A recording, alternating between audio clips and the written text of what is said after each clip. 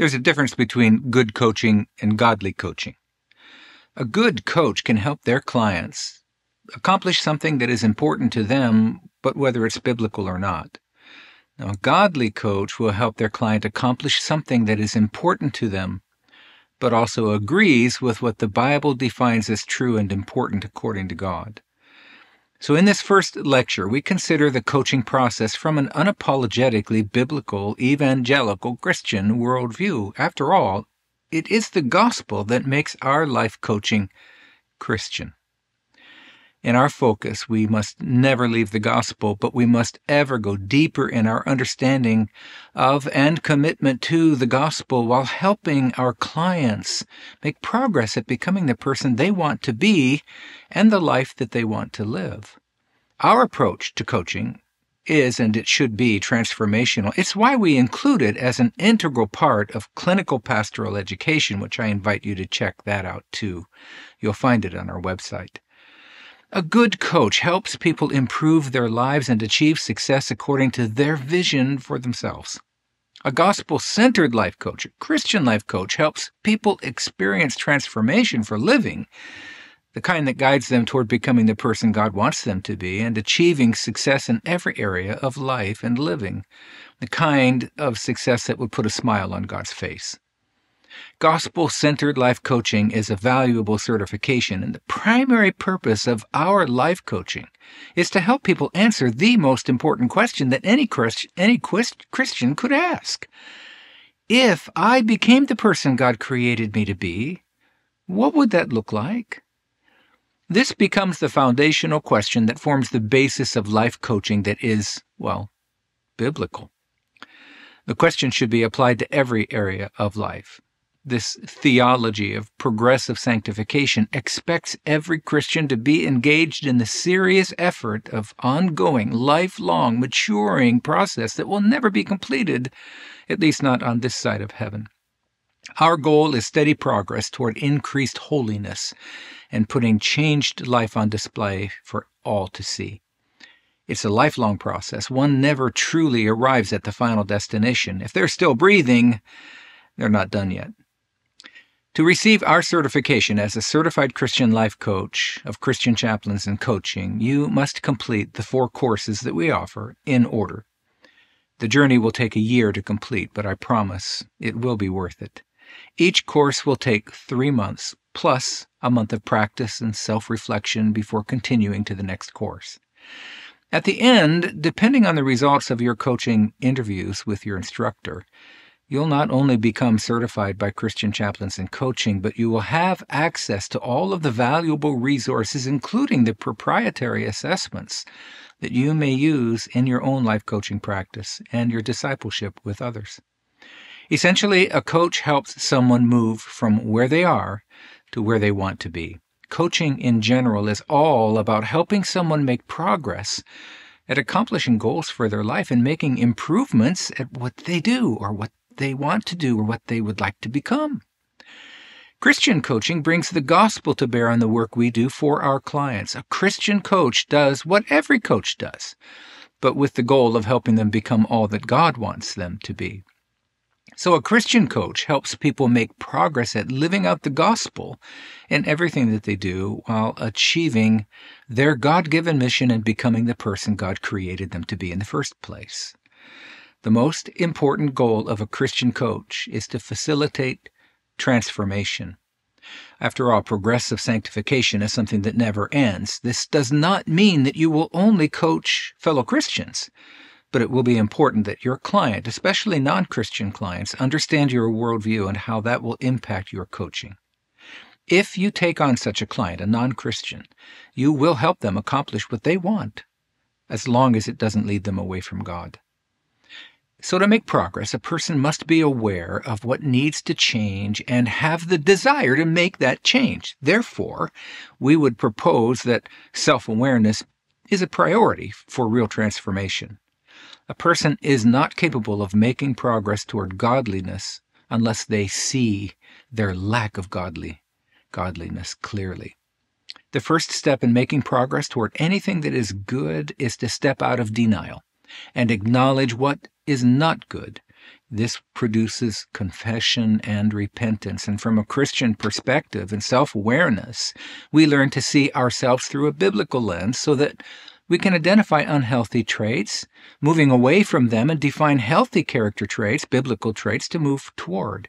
This is how we make progress in progressive sanctification and becoming the person God created each of us to be. This becomes the foundation on which our clients will create their goals. So what do they want to do or become? How will this impact their faith, their relationships, their family, hobbies, work, spiritual life, and other areas? To help your clients become truly self-aware, you will experience and learn how to use 4 or 5 different assessments through this course. In this first one, you're going to become familiar with how to use the DISC personality assessment for Christians. In Course 2, you will learn the spiritual gifts and also the Strengths Finder 2.0 assessments. In Course 3, you will move on to core values assessment. And finally, in Course 4, you'll become familiar with our proprietary leadership styles assessment.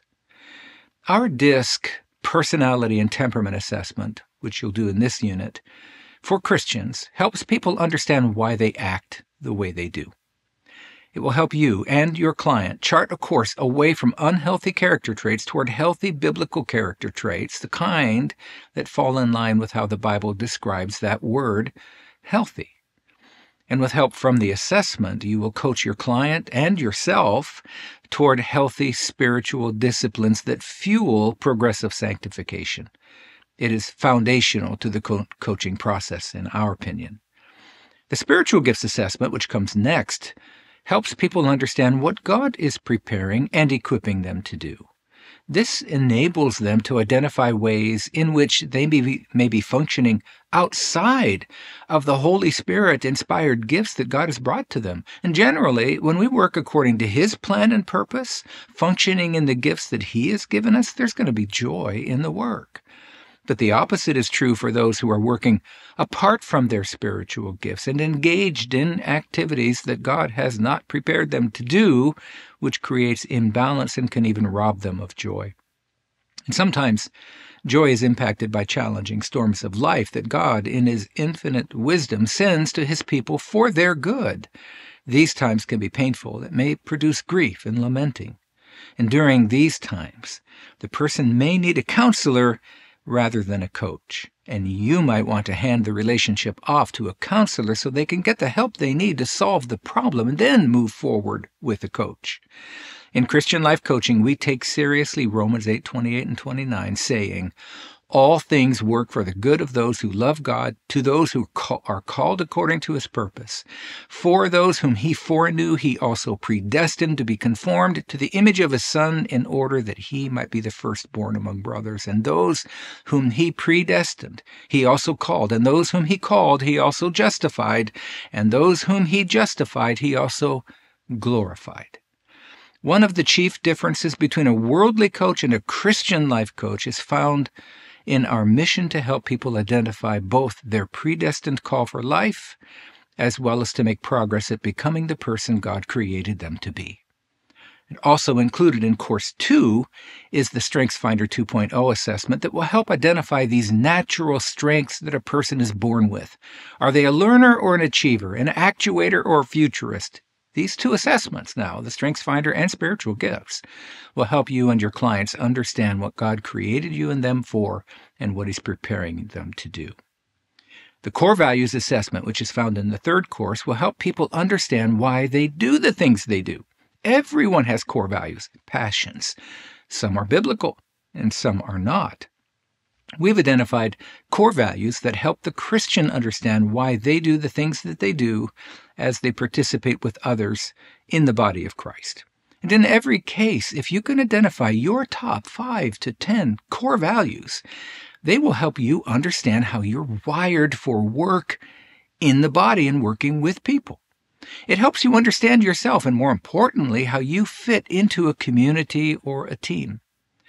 Have you ever noticed how some churches or small groups or ministry or work teams have difficulty working together or agreeing on what to do?